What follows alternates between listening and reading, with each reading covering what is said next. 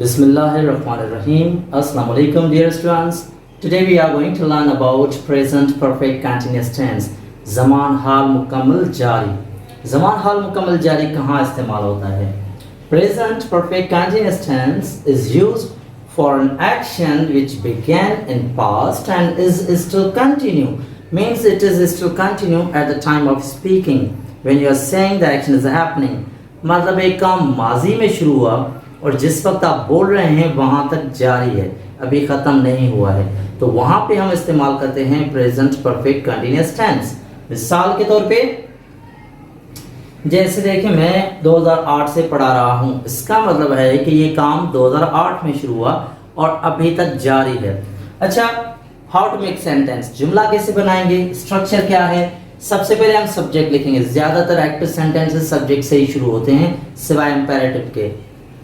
उसके बाद हम हेल्पिंग वर्ब में या तो हैव बीन इस्तेमाल करेंगे या हैज़ बीन. फिर हम वर्ब लगाएंगे, पर वर्ब का प्रेजेंट पार्टिसिपल फॉर्म, यानी वर्ब में हम ing ऐड करेंगे. उसके बाद हम, क्योंकि इसमें टाइम मेंशन्ड होता है कि काम कब शुरू हुआ, कब से हो रहा है, तो फिर हम उसके लिए दो वर्ड्स होते हैं सिंस या फॉर, उनमें से कोई एक लगाते हैं, फिर हम ऑब्जेक्ट लिखते हैं.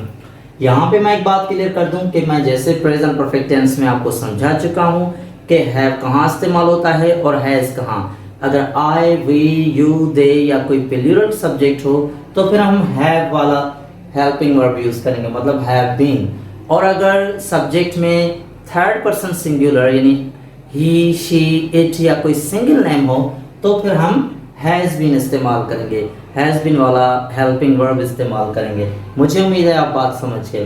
अच्छा, उसके अलावा एक और इम्पॉर्टेंट बात यहाँ पे मैं क्लियर कर दूँ कि कुछ स्टूडेंट्स को प्रेजेंट कंटिन्यूस और प्रेजेंट परफेक्ट कंटिन्यूस का डिफरेंस क्लियर नहीं होता है, यानी they are confused in differentiating between these two tenses. तो देखें, प्रेजेंट कंटिन्यूस टेंस का मतलब होता है काम अभी हो रहा है, it is happening right now. उसमें ये नहीं पता होता कि शुरू कब हुआ, बस अभी हो रहा है, ये है present continuous tense.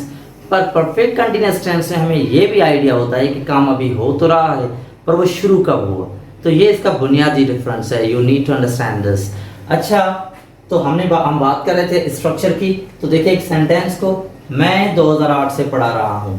I have been teaching since 2008. या दूसरा sentence, she has been waiting for you for 1 hour. वो 1 घंटे से आपका इंतज़ार कर रही है. तो देखें यहाँ पे मेन चीज़ है कि मैं 2008 से पढ़ा रहा हूँ, यानी मेरा काम 2008 में शुरू हुआ और अभी तक जारी है.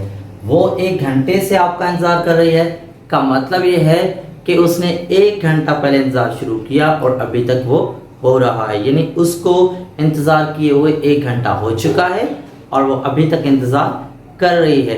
तो ये प्रेजेंट परफेक्ट कंटिन्यूअस टेंस होता है. मुझे उम्मीद है आपको ये समझ में आ गया. उसके बाद एक अहम चीज़ कि ये सिंस कहाँ लगाना है और फॉर कहाँ लगाना है, ये एक स्टूडेंट्स के लिए बड़ी कन्फ्यूजन होती है. तो लेट मी क्लियर इट. मैं इसको आपके लिए क्लियर कर देता हूँ कि जो सिंस है, since is used for beginning time of an action.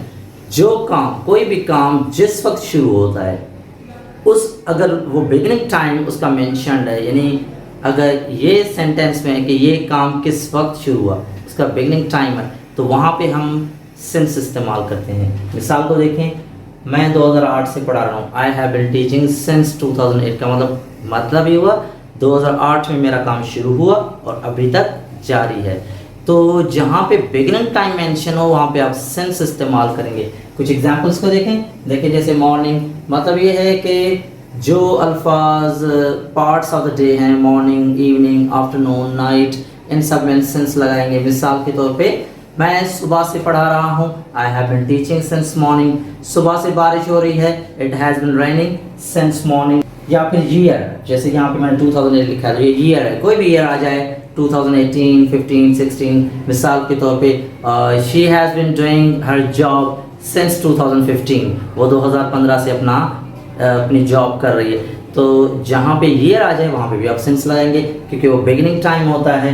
इसी तरह से संडे लिखा हुआ मतलब डे, कोई भी डे हो, यस्टरडे या मंडे, ट्यूसडे या कोई ईद डे, ETC जो भी डे हो उसमें आप सिंस लगाएंगे. जैसे मिसाल के तौर पे हम कल से घूम रहे हैं, we have been visiting since yesterday.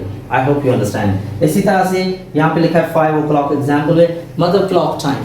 Clock time का मतलब है जो एग्जैक्ट घड़ी का टाइम होता है उसमें हम सिंस लगाएंगे। मिसाल के तौर पे मैं सुबह 5 बजे से काम कर रहा हूँ। I have been working since 5 o'clock in morning. इसी तरह से मंथ, अप्रैल जैसे लिखा है यहाँ पे, मंथ मतलब कोई भी मंथ हो, और यहाँ पे डेट लिखी है 2 Feb, डेट आ जाए तो भी हम सिंस यूज़ करेंगे। तो मुझे उम्मीद है कि ये आपको समझ में आ चुकी होगी बात कि हम सिंस कहाँ इस्तेमाल करेंगे। कुछ मैंने ये एग्जाम्पल्स लिखी हैं। और फॉर जो है, for is used for total time period of action, काम हुए कितना अरसा हो चुका है और वो अभी कंटिन्यू है।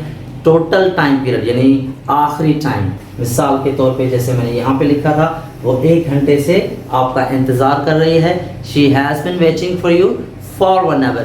कुछ एग्जाम्पल्स लिखे हैं मैंने, जैसे for 1 hour, for many days, for 5 years। मुझे उम्मीद है कि आपको मेरी बात समझ में आ गई होगी। अगर आपको मेरी बात समझ में आ गई है then please do like my video and do share it, and if you do not have subscribed my channel yet, please do it right now, and do not forget to press bell icon to get notifications. Thank you very much.